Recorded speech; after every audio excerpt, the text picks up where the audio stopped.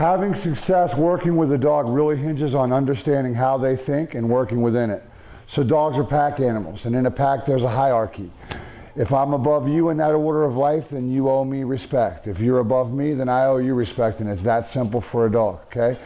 Every social structure has a similar order. Whales have pods, horses have herds, cats have prides, dogs have packs, we have families. So in a family, there's position. Mom and dad and then siblings. Now, siblings have a certain amount of equality. Unfortunately, this is where most people live with their dog, in a position of equality. So, as you were growing up, if your younger brother or sister had said to you, hey, you should clean up your room, you would say, hey, you're not the boss of me, right? Now, if your mother or father comes in and says, hey, you should clean up your room, same statement, different position of authority has a completely different meaning. So before we do anything, we need to establish ourselves as above them in the order of life. So in a pack, at the top of that hierarchy is the alpha. The alpha has many responsibilities, one of which is migration. So in order for the alpha dog to put his pack in a position to have good food, water, and shelter, he moves with them, and it's called migration. So when a pack moves, they follow the leader.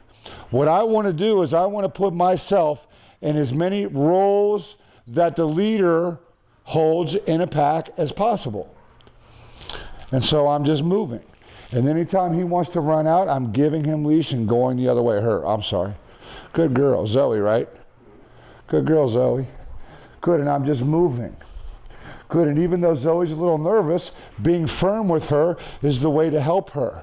Good girl, Zoe. Good. Good, because ultimately I'm saying I'm the boss, Applesauce, and you're attached to me. And if you're not aware of where I am, you run the risk of running into the end of your leash at any point in time. She keeps going out, I let that happen. I did not tug on her, but what I did do was allow her to run into the end of her own leash. Good. So instead of me trying to hold her in place, what I'm going to do is get Zoe to choose to be there. And it's a fundamental difference.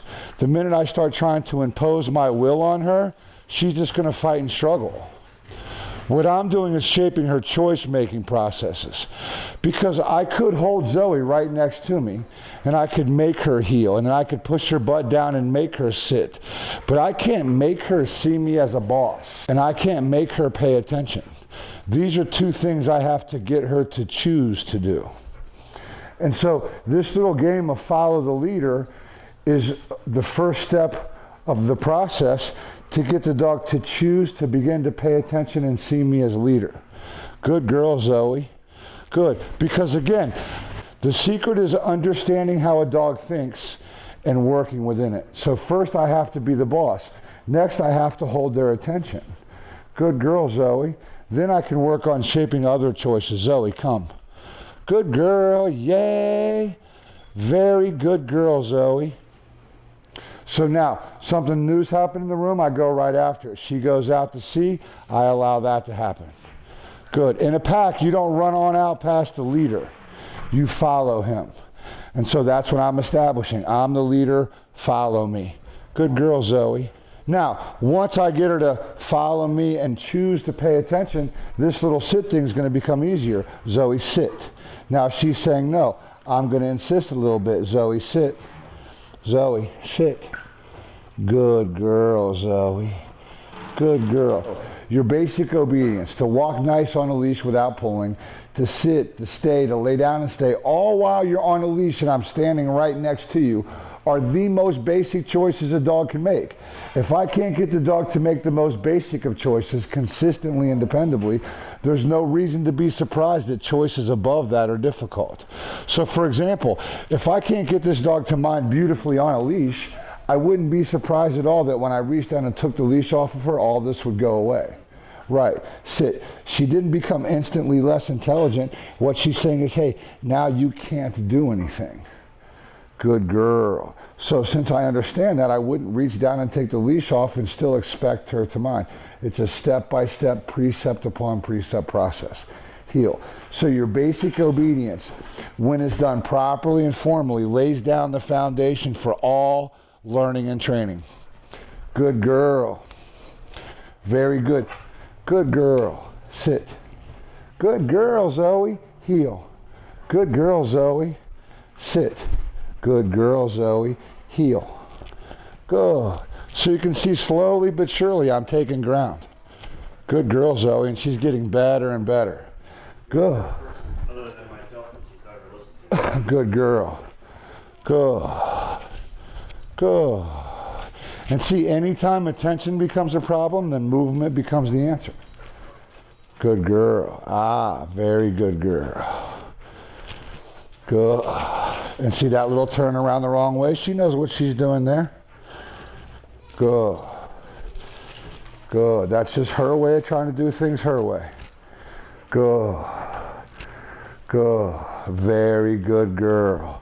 Sit, Zoe. Sit. Sit, Zoe. Good. Zoe, heel. Sit. Good girl, Zoe. Heel. Good. Sit.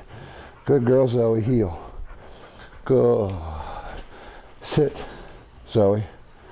Sit. Good girl. Sit. Stay. Very good girl, Zoe. Good. Good. Okay, Zoe. Come. Yay. Come on, Zoe. What a good girl. Good, Zoe. Good. Easy. Good girl. Good. Anytime she wants to run out, giving leash and going the other way is the answer. Because otherwise it just becomes a battle of wills. This dog's very willful. And she's pretty capable. Sit. So we don't want to wage war in a place where she's going to be most successful. Heel. Good. Sit. No. Sit. Good girl, Zoe. Heel. Good. Very good girl, Zoe. Come. Good, Zoe. Good. So in no time at all, having just met the dog, I've got her mind in real nice because I understand the ideas and principles. Sit. Very good. Heel. What a good girl. Sit. Good. Heel. Good girl. Sit. Good, Zoe. Sit. Stay. What a good dog. Nope. Bad. Up here. Sit. Good girl, Zoe. Sit. Stay. What a good job. Good girl, Zoe. Good. Very good girl. No, that's bad. What did you do? Sit. Zoe. Sit. Good. Stay.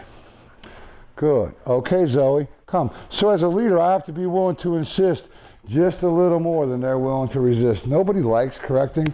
Sit. Stay. But she can't just run through what I'm saying. No, sit, stay. Good. Good girl, Zoe. And we just didn't start with this. I start with some ideas and principles and moving forward. Okay, come. Had you just walked in the door and I tried to make her go to the middle of the room and stay there, I could have fought and fought and fought and fought and never got it. Good. Good. Good. Good. Sit. And you can see though, even though I'm being firmer with her than anybody she's ever known, she's instantly far more comfortable with me. Because dogs are looking to lead or be led. Sit, stay. If you present yourself as a leader in a way they understand, they're instantly more comfortable. Hey, good boy. That's a good girl. That's good. Yeah, heel. Good girl, Zoe. Sit. No. Sit. Good girl, Zoers. Stay. Good girl. Good. So see how good the stay is that way, right? Because she don't want to come this way. Now look, at the end of the day, she could just break and try to run to you, but she knows that's not going to go, so she's willing to stay there. Okay, come. So now my expectations wouldn't be any different going the other way. Good. Come, Zoe. Good. Zoe, sit. Zoe, stay. Which is why we do it that way. I'm doing everything I can as a loving leader to help make the dog successful. But ultimately, once you know what it is, if you choose not to do it, there's a penalty. Good girl, sit, stay. I tell people all the time, if taxes were optional, people wouldn't pay them. Sit. Hey, sit. If you could drive up the road, up and down the road any old way you wanted, I would never be late anywhere, but it wouldn't be a very safe place to drive. Good. Okay. Come. Good. Sit. No. Sit. Good. She hears the baby, huh? Very good. Lee Hamilton, bestfrienddogtraining.com, Cleveland, Ohio, saying stay obedient, my friends.